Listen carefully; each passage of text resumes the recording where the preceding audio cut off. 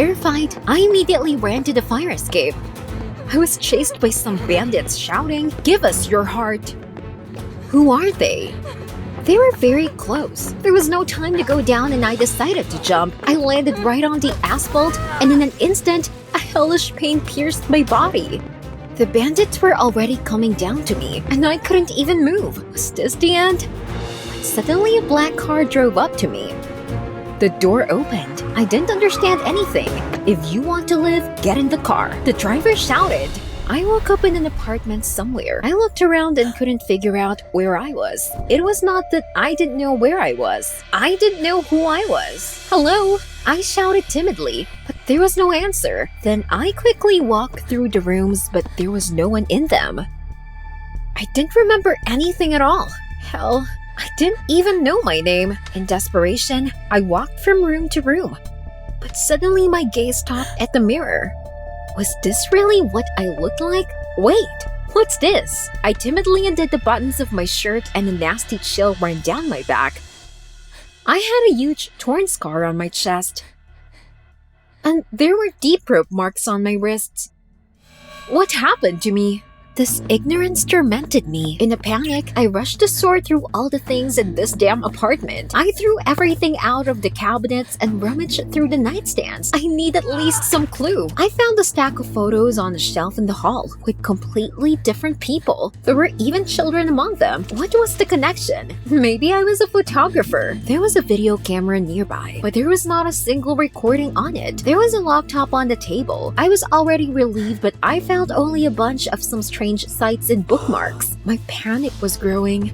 I wished someone would explain to me what was going on. Suddenly I heard screams from the stairwell. A couple of seconds later, someone was already banging on my door. A cold sweat broke out on my forehead. I didn't know who it was, but I didn't think they'd come to help me figure it out. I didn't know what to do, but then the door lock turned with a crunch.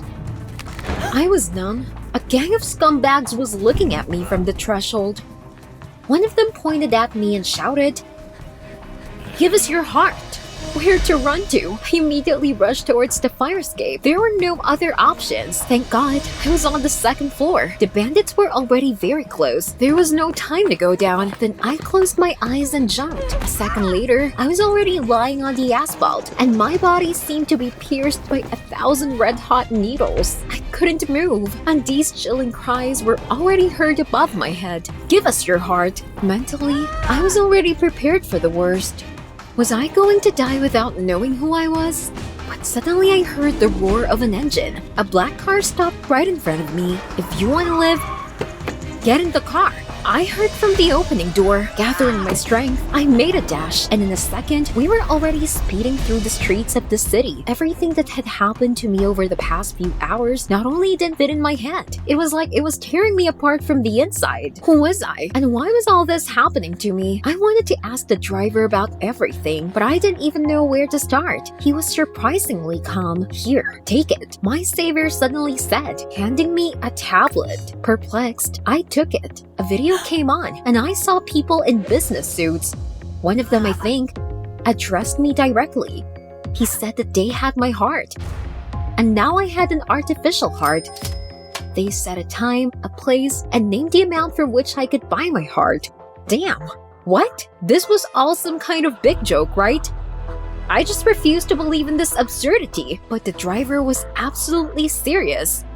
"Sarah, what's going on? What have you gotten yourself into?" he said. I timidly told him that I didn't remember anything at all. "What do you mean? I'm Garrett. Do you even remember that?" I didn't remember Garrett at all, but I was glad. I hoped everything would become a little clearer thanks to him. But just as I gathered my strength and decided to ask a couple of questions, Garrett informed me that we needed to return to my apartment because I had the right amount there to buy my heart. After this statement, there were only more questions. Where did I get so much money from? What was I doing all my life? I timidly asked Garrett about it, but he just said that he would tell me everything later. And now we needed to hurry because the bandits could track us at any time. I didn't believe in everything that was happening. It seemed to me that I just suddenly turned out to be a character in a computer horror game.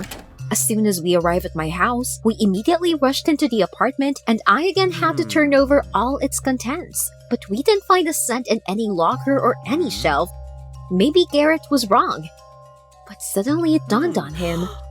He went into the bedroom and began to push the bed hard. I was stunned. There really was money under it.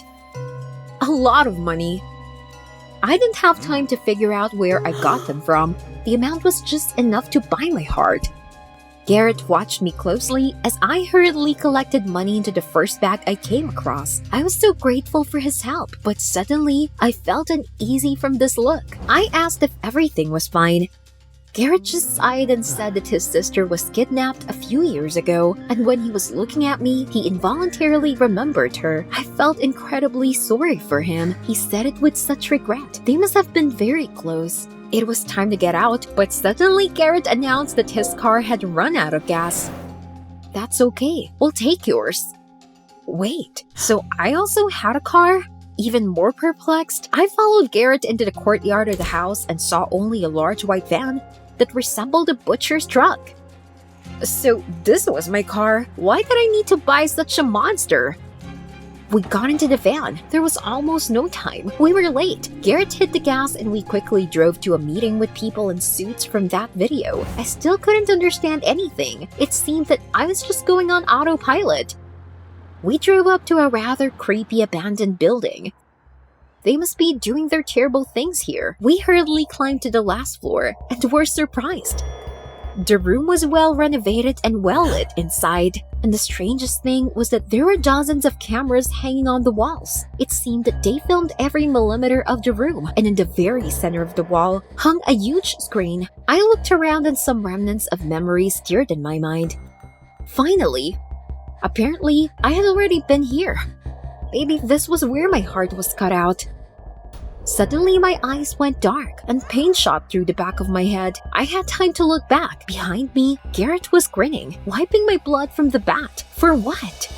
I woke up tied to a gurney. Everyone was standing around me. Everyone in general. Those people in suits from the video, Garrett, the bandits who were hunting me. What's happening?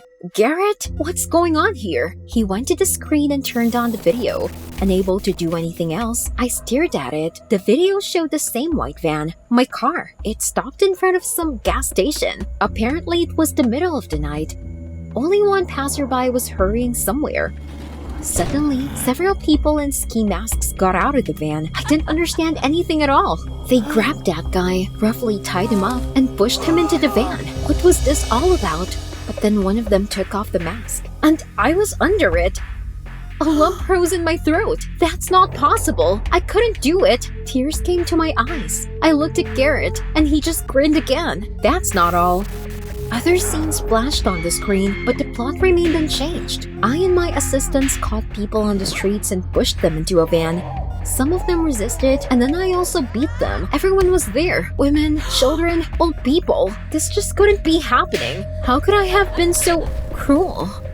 Then the footage from this room appeared on the screen. I was doing surgery on these people. These scenes almost made me sick. I was choking on tears and I still couldn't understand anything. Garrett seemed to enjoy my desperation.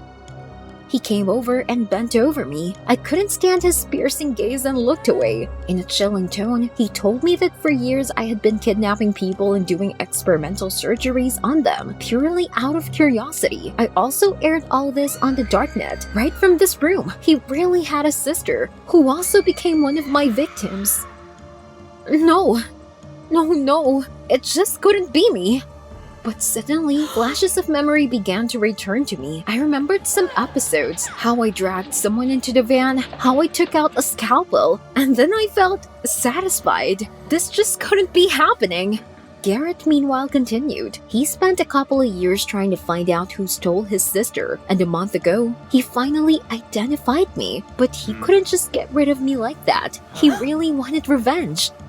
Garrett said that I had been living like a Groundhog Day for a month. They injected me with a drug to block my memory, charged the artificial heart for another day, and ran the same scenario, and the most important thing was that my airing did not stop. Now the audience watched me suffer every day. It turned into a new entertainment, a very popular show. Now you understand the desperation of these people. With these words, he came up and gave me an injection. I remembered everything. No, he'd better get rid of me. My vision went dark again. I woke up in an apartment somewhere. I looked around and couldn't figure out where I was. It was not that I didn't know where I was. I didn't know who I was. Did you like the video? Subscribe and like it. Support the channel. Thank you.